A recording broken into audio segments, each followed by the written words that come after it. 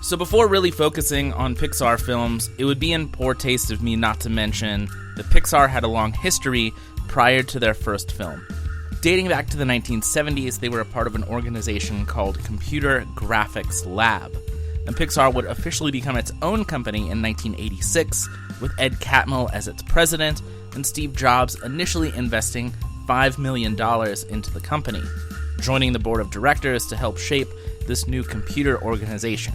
To stir up some interest with the general public for Pixar's graphics computer, John Lasseter, who had been working on the Pixar computers for animation purposes, showcased the short Luxo Jr. at SIGGRAPH, the largest computer graphics convention in the entire world. The original idea for the new company was to sell computers, not to put out movies. But as computers didn't sell, John Lasseter and his animation team were working to make TV commercials to put money back into the company. And by the end of the 1980s, Pixar dumped its computer sales division. And with Steve Jobs putting in an additional $45 million, Pixar became an animation company. And they'd strike a $26 million deal with Disney for distribution, and there we begin our film eras. The first era of Pixar feature animation is their golden era.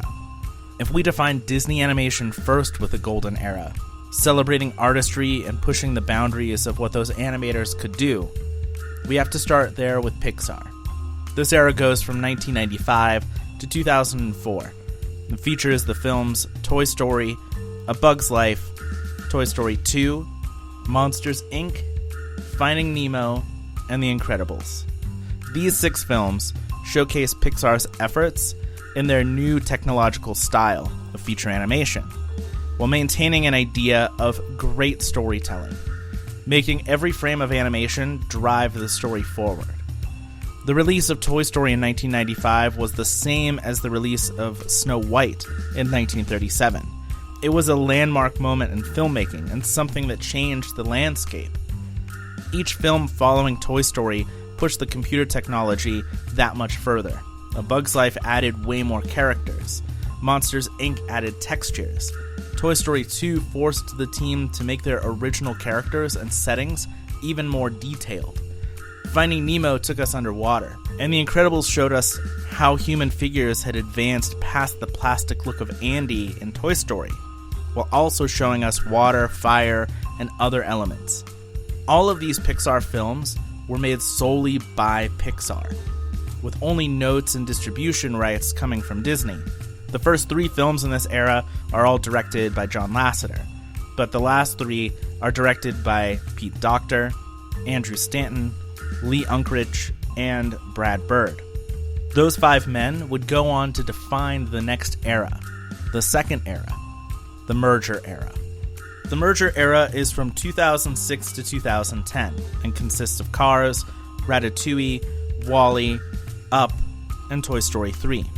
After having a fallout with Disney in the early 2000s over what types of films Pixar should be making, and Disney even creating their own computer animation company to make sequels to previous Pixar films, an agreement was made when Bob Iger took over the Walt Disney Company from Michael Eisner.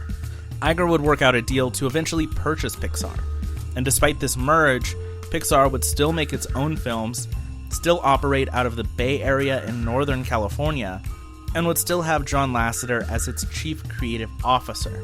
But John Lasseter would also take on the role of chief creative officer at Disney Animation and a consultant for Walt Disney Imagineering. Ed Catmull would become the president of both Pixar and Disney Animation.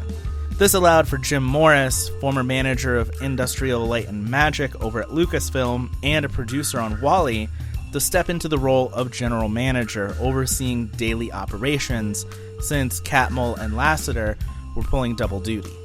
The films of Pixar's merger era continue to see Pixar tell imaginative stories, keeping to mostly original tales outside of Toy Story 3. However, the third film in the franchise was heralded as a masterpiece, rather than a quick cash grab sequel. Lasseter would direct Cars, but with his workload growing, Pixar's directing and writing duties would be mainly left to Pete Docter, Andrew Stanton, Lee Unkrich, and Brad Bird. The films in this era are also slightly more mature, with the stories about environmentalism, old age, growing up, seeing the world differently, and slowing down. Along with the matured stories, the animation continued to get better. By the time that Ratatouille comes along, fur is all but realistically moving. WALL-E, a first attempt at an outer space story, nails the dirty, gritty look of WALL-E and Earth, while showing off the polished, sleek look of the Axiom and Eve. And once again, the team is forced to revisit the characters and settings of Toy Story to make them look even better. The animation being as good as it is at this stage really starts to inspire what Disney animation would look like, and really sets the bar for the animation field, with most every animated film release from any studio being computer generated rather than being hand drawn. And since Pixar started much sooner than those other companies, they continued to look slightly better than everyone else. You could argue that Cars could be the last of the golden era, with it being directed by Lasseter and being the last work of longtime Pixar employee Joe Ranft, who tragically passed in a car accident.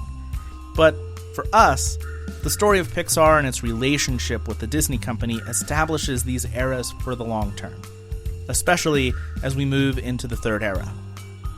The experimental era ranges from 2011 to 2018, consists of Cars 2, Brave, Monsters University, Inside Out, The Good Dinosaur, Finding Dory, Cars 3, Coco, and The Incredibles 2.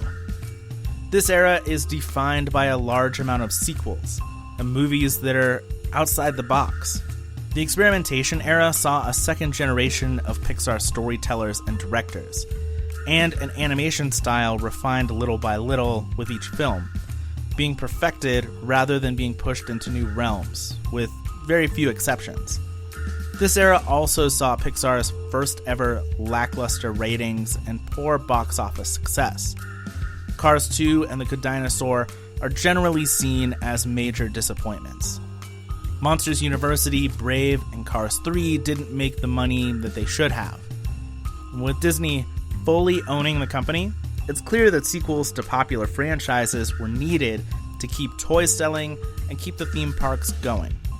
Despite Cars being seen as one of Pixar's worst franchises thanks to Cars 2, Disneyland opened Cars Land with people flocking there in droves. Toy Story Land opened at Disney's Hollywood Studios, as well as several other attractions throughout the international theme parks, keeping the franchise alive and well. Box office numbers, innovating animation, and critical acclaim were no longer the only priorities for Pixar. Regardless of that, there are some serious gems in this era. Inside Out and Coco had both critical and box office success, and Finding Dory and The Incredibles 2 were major cash cows, and would push the boundaries of animation further. These four films aren't only created by the original four directors outside of John Lasseter, these are the films that will likely be remembered beyond this era, as they moved Pixar back to the basics, telling incredible stories and pushing the boundaries that the animation style had. Now we move into Pixar's fourth era. With controversy surrounding John Lasseter, Pete Docters moved into the creative officer role. Then Ed Catmull has announced that he'll be stepping down as president, moving into an advisory role.